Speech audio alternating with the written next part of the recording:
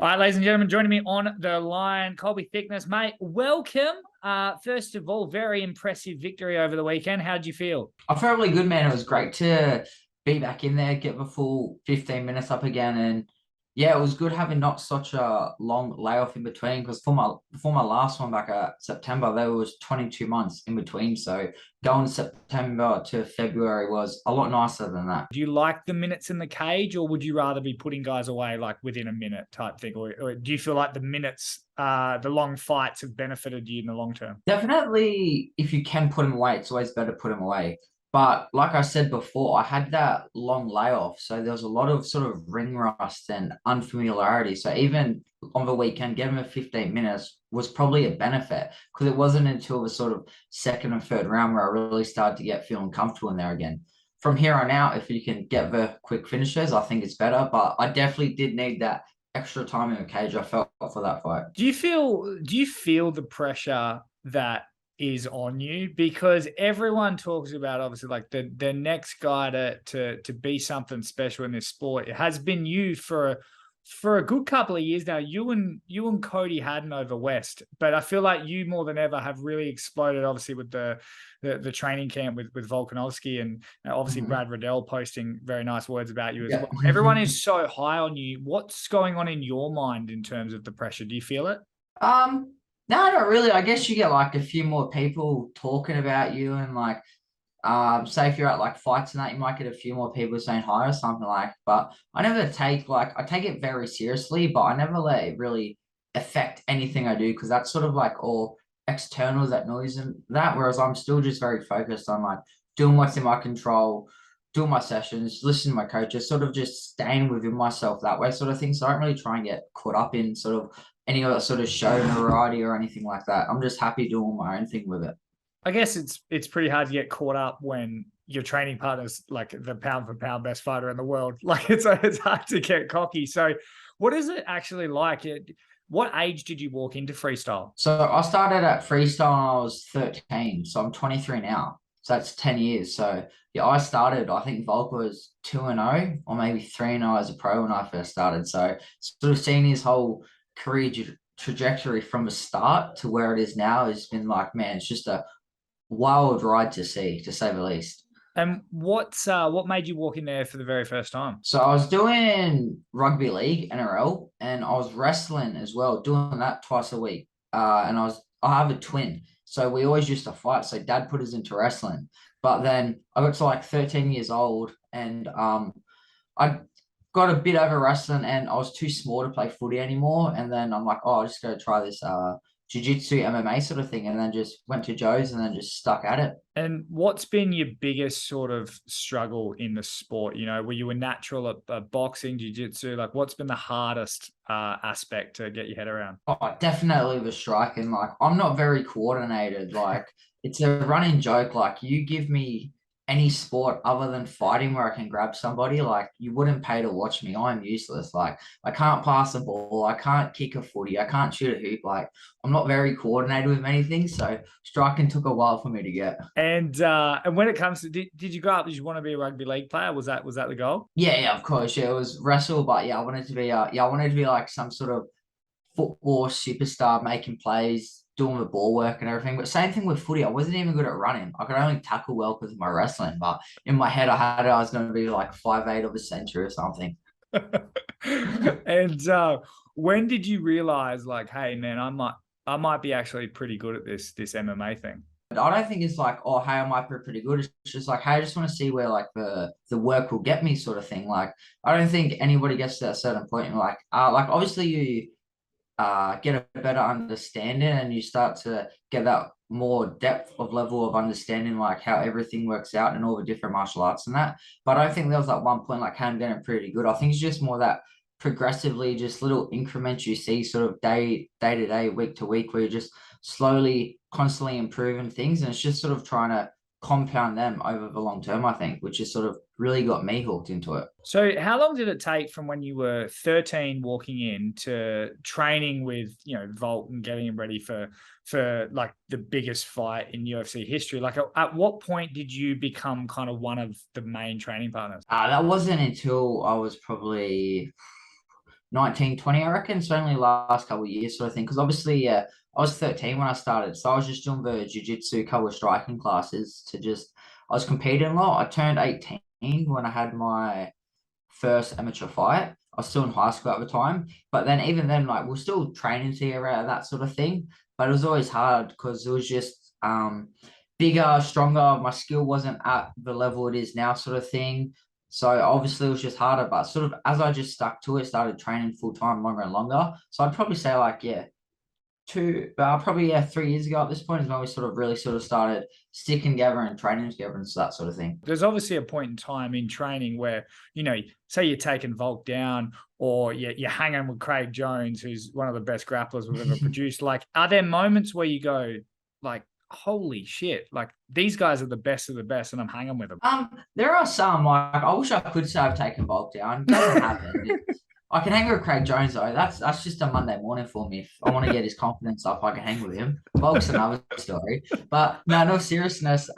You do have the moments, like, I think it's more when you like reflect on, not during the session, because it's just too, if you got time to think, you're probably doing something wrong. Like you should just be training but say at the end of a session where you look at your rounds who you sparred with, and you're like, oh, I've sparred with Volko, I've done rounds with Jamie, I did rounds with Riddell, I grappled with Frank Hickman. Like when you get guys like that in the room and then you're coming out of the sessions and you're not bashed and you're like, all right, yeah, I guess this is where I'm holding my own, I'm doing it right here, sort of thing. And do they, especially Joey Lopez, who runs the camp, does he have a big hand in your career, or is it kind of like whatever you want to do? Like if you want to fight, okay, yeah, sure. Or does he have got like a plan for you over the next couple of years? He's definitely got a plan, but so he picks, doesn't like, wouldn't say pick my fights, but he's like, here are the dates. When do you want to be ready by? And then we'll just go through that. And then it's just pretty much get the name. Do you like this matchup? Yes. All right, we take it. And then he's sort of just, right now, it's just fight by fight. We're just trying to get the fights up at this point. I'm sure he's got his sort of long-term plan of when he wants to say, yeah, like a bigger opportunity fight, maybe an international fight or something like that. But right now, I just sort of let him tell me names and dates, and we just go from there. Have you ever have you ever turned down fights or sort of picked specific fights that you think suit you better? Nah, I haven't turned down a fight. I think maybe back when I was trying to turn pro, I had to, but I pulled out. That's obviously with the injuries, concussions and stuff like that. But I've never said no to a name, because I think I don't think you can't say no to a name on like this sort of regional levels and expect to make it to the big show, sort of thing. So it's like there's obviously good guys out there, and if you want to make it to a big show, you got to fight the good guys in your own backyard, sort of thing. Like don't be one of the guys who sort of just says no, only pick good fights for them, get to a major promotion and sort of get exposed that way. Like I think if you want the hard fights, you should take the hardest fights in your backyard first. Yeah, I mean, and we speak about that, but I also want to talk about the wear and tear, because you mentioned like concussions and having to pull out through injuries. Like we're seeing it a bit in Western Australia with Cody Haddon, who started so young and his body is just kind of breaking down because he's such a beast. Have you noticed that because you've operated at such a high level from such a young age,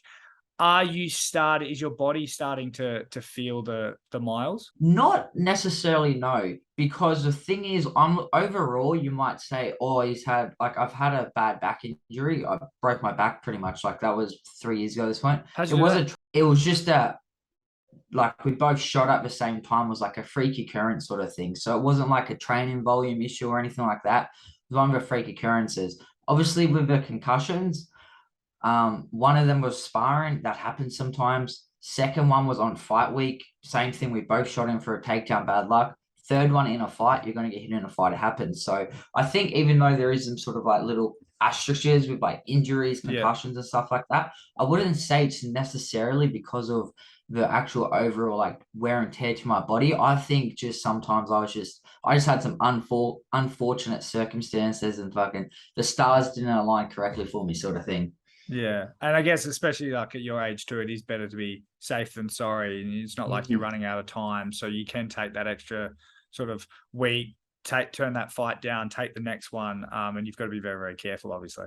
Yes, exactly right. Like you said, because I did the stuff where you like fought, I did the IMAF and as an amateur, perfect example, I did 3 fights in 3 days. and I came out of that like pretty beat up, but I was back training the next week. After my last fight, I got dropped twice in that first round, not Barber Sims fight, obviously. And then I actually finished that fight. And besides actually not remembering the fight or anything, I felt fine. Like I had no concussion symptoms or anything, but purely because the timeline of the concussions, I wasn't allowed to strike for 3 months after that fight, just because our timelines work with that sort of thing. So I guess, like you said, at this stage, it is best to do it though, because I'm 23. I do have time on my side. So I just really want to make sure, yeah, just take care of her body. And is that stuff that those sort of suspensions, those medical suspensions, are they passed down by the state commission or? No, so what happened was I went and saw, because my first concussion wasn't too bad, but my second one was nasty. I'll put it like that. Like a couple of weeks I like wasn't all there for it, sort of thing. Like it wasn't Wow. good. So I had to go And this, so I this had is to the go one see this is the one in training, was it? in training, yes. Fight week one. Yeah. So I was vomiting. I went and saw, I think, 3 different specialists, like up to Newcastle, had to do like brain exams, had to chat to like psychologists, like I had to do there's a whole string of processes which I had to get through to get back to like my base level, we'll put it. So when I had that third one in the fight, it wasn't necessarily like, oh my God, I feel this bad, I have to do all this. It was like I had to do all that so I could get to this stage. So I didn't have to do as much as before. I did like one exam in that and I was cleared straight away. But then I just had to let the time to heal. But after going through that second one, I was like, there's no way I sort of want to rush coming back, because I knew how bad that second one and how long it took me to get over it, sort of thing. So I really wanted to do everything properly with it. Does Joey Lopez have to hold you back at times, or are you pretty like? I was laughing because I can just picture him in my head right now. Just Is that just you being young, you being excited? Like, because I've heard, like, I mean, I asked Volk at the UFC press day, and he talked about how Joey Lopez can actually be quite hard, and people sometimes can't make it through some of his sessions. So for them here that you have to be held back by him, how hard are you going? Oh, it's not. It's just sometimes like if I have just a little naggly injury or something, I was just like, just always try and get through the sessions and that. But yeah, there's been sometimes I do dumb shit where he'll be like, all right, you look a bit flat, just recover, have a light session, and then I'll go out and like do a run or something like that. It's not as bad now because I'm getting used to like knowing the body and that. But yeah, there has been times where it's just like slow it down a bit. You got a fight soon coming up, sort of thing. And what actually is it about Joe Lopez that is so special for guys that aren't lucky enough to be in the camp with him? Like, what is it about him that makes him so special? I think besides his knowledge and like wealth of information about the sport, which is obviously on display from where he gets his athletes with his coaching ability, I think it's just actually how he just treats everybody the same sort of thing. Like it doesn't matter if you're a pound for pound number one or if you're a guy coming for like a first session, he like treats everybody exactly the same. Like he likes to put shit on people, so people are still going to get like shit put on something, or in like a playful and that sort of fun way. But he doesn't really like treat anybody else special. Like it's just what you see with him is what you get, and it's across the board. Doesn't matter who you are, and I think that's why it like sort of works with so many people, because you just know what you're going to get with him. And is there anyone in your training days that have like has sort of taken you under the wing, or who's kind of been the most instrumental at freestyle in guiding you through your career? Oh, by far, just Vulcan Joe sort of thing. Like, because obviously, yeah, I was training there, but then to actually like, especially that Vegas trip where we did Ultimate Fighter, I think that's really where sort of everything started to click. Because then I was living with them for like 3 months, so living with the sort of best guys in the world, you sort of pick up yeah, all little just day-to-day habits that you won't even see. That it's not even inside the gym, it's outside the gym, which you see leads to success inside the gym. So yeah, definitely Volko and Joe, since sort of the early age, they always like had me under my wing, helped me with my jiu-jitsu comps when it was like that. Now they're helping me obviously with the MMA aspect of everything. And this is a weird question to ask you, but how are you going with like life? Are you just ingrained in MMA? That's all you worry about. That's all you want to do, or do you have that balance? It depends who's asking. I think I have a pretty good balance, but some people may look at me and think it's not a great balance. But like I'm training like 6 days a week, multiple hours a day. But then like say for like a Sunday, like I might go for like a hike in the bush or something like that. So I guess that's pretty. But the thing is, I think No, I guess I am pretty obsessed with it. But the thing is, it doesn't seem like that to me because I love it so much. I'm just happy to do it. It doesn't feel like I need to put anything extra into it, sort of thing. I love that your break from exercise was more exercise. Like instead of running, it was running with a stick. Like yes, Up a really big mountain. yeah. You're like, oh, climb Kilimanjaro. Uh,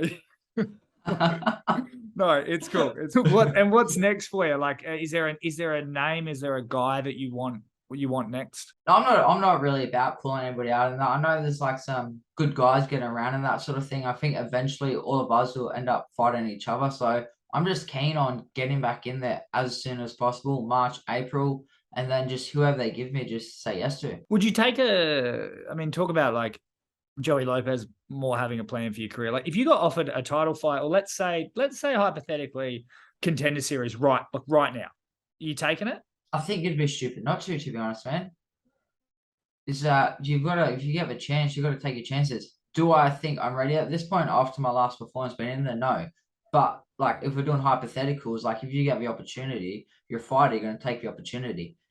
How I performed on Friday, was that reflective of what the level I need to be at if I did get that contender fight? No. But I know that the level aim at in the gym, once I can reflect that level out into the cage of my performances, that's when everyone's gonna be like, oh wow, this guy's good, sort of thing. Yeah, awesome. And mate, before I let you go, it's just a question I ask everyone. After this is all said and done, how does Colby Thicknesse want to be remembered in the sport? In the sport as a whole, I just want to be that guy who had a great career, did well for like Aussie MMA, put him on the scene.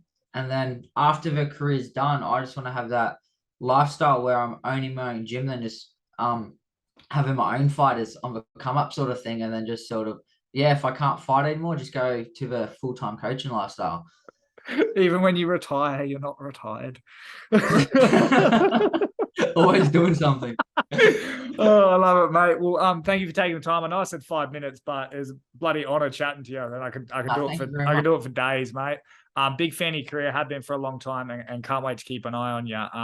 Yeah, thanks. Best of luck, and I can't wait to see you next time. Is there a fight lined up? Nothing yet. We're looking though. Beautiful time frame. Maybe March 18th. Love it, mate. Thank you. Best of luck and rest up. Please don't train again today. Legend. Thanks, brother.